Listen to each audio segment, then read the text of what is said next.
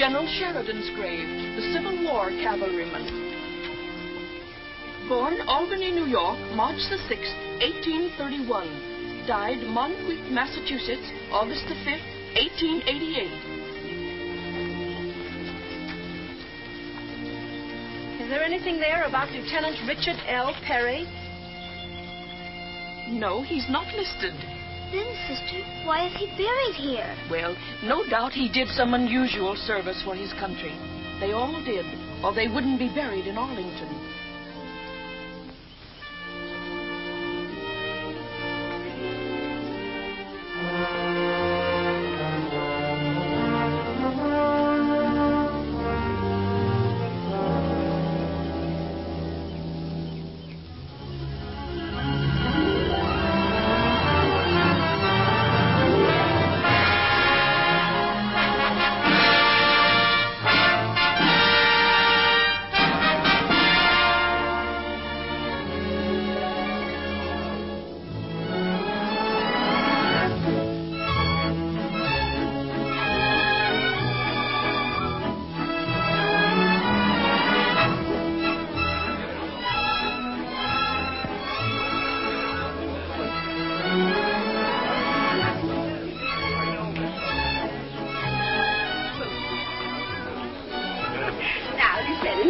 Don't behave like all those other young officers.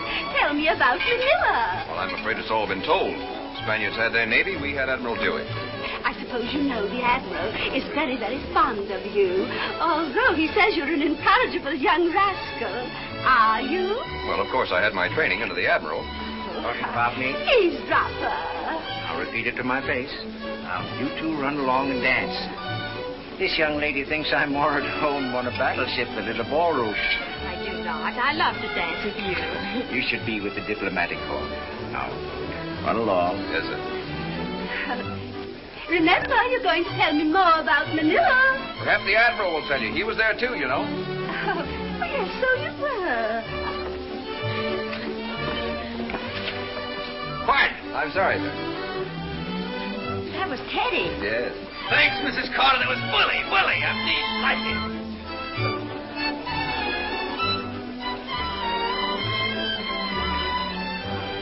Well? Lieutenant Perry? Yes? Mr. Andrews would like to see you, sir. Mr. Andrews? Yes, sir. Follow me, please. Excuse me, please. Of course. Margaret. Can. Lieutenant Perry? Yes, sir. I'm Andrews, Mr. McKinley's secretary. I know, sir. Come in, please. The president will see you now. The President? I'm afraid you've made a mistake, sir. I'm Richard L. Perry. Yes, I know. The president wants to talk to you.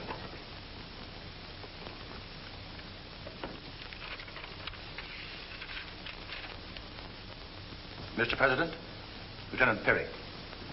Good evening, Lieutenant. Good evening, Mr. President. Pull up that chair a little closer. Thank you, sir.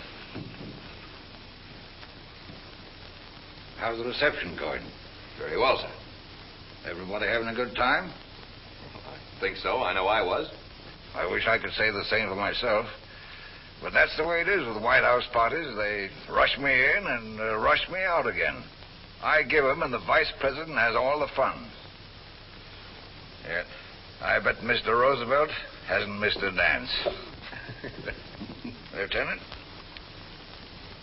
I've just been going over your record. You have, sir? I asked General Miles and Admiral Dewey to send me reports on half a dozen of you young men who more or less distinguished yourselves in the service of your country. Yours is quite interesting. In fact, amazing. Well, I thought I'd explained all those scrapes to Admiral Dewey. So you have, and I congratulate you. I don't know when I run across a young man so adept at worming his way out of his difficulties. Well, thank you, sir.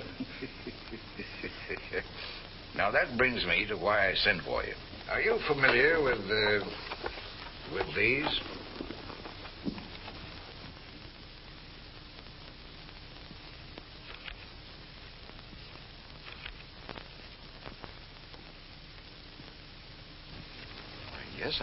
I've seen the newspapers, of course. What alarms me is why our Secret Service is unable to find out who's behind these robberies. I've had Bradley Wallace and his men working night and day. Every move they've made seems to be anticipated. The only thing they have found out is that all these robberies are committed in exactly the same manner. The robbers enter the bank with pass keys. Once in, they seem to know not only all about the alarm systems, but the safe combinations as well. That fact leads to only one conclusion. Yes, sir. Well, obviously, these men are being furnished with vault combinations and other vital information. What is it you wish me to do, Mr. President? I want you to find out who the actual bandits are, and through them the name of the man or men, furnishing them with information that makes it possible to circumvent the Secret Service. I see. As long as leaks occur, no department of government is secure. Our military and naval secrets, our relations with foreign governments, the most intimate details of the executive department are in jeopardy. I understand, sir. I've gone as far as I can using the regular channels of the law. Now something else has to be done. That's why I sent for you. Will you arrange for my leave of absence? You'll have to get out of the Navy without anyone knowing why. Not even our friend Admiral Dewey. In fact, no one must know about this except you and me. You'll have to change your identity. Drop out of sight completely. Even your intimate friends mustn't know where you are or what you're doing. Very well, sir. It may take you months, or you may fail entirely. In any event, this is our game, yours and mine. But I don't want you to even communicate with me unless you have some vital information or your life is in danger. You must act on your own, independent of all else. Now, when it is necessary for you to reach me, put this mark on your envelope. I'll instruct Mr. Andrew to deliver it to me unopened wherever I am. Yes, sir.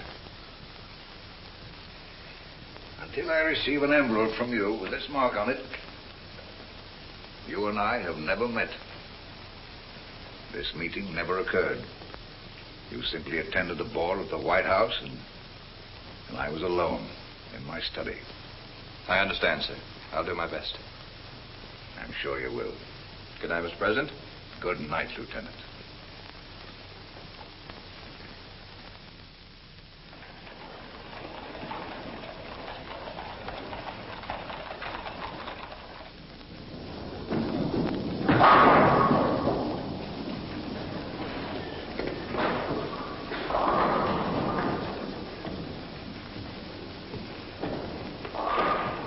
Want to play?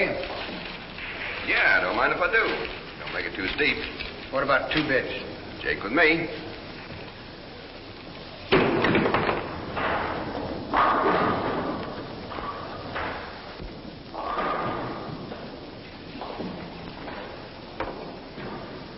I gotta carry it for protection.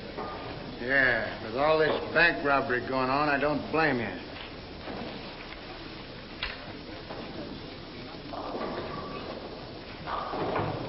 Keep 'em around here? No.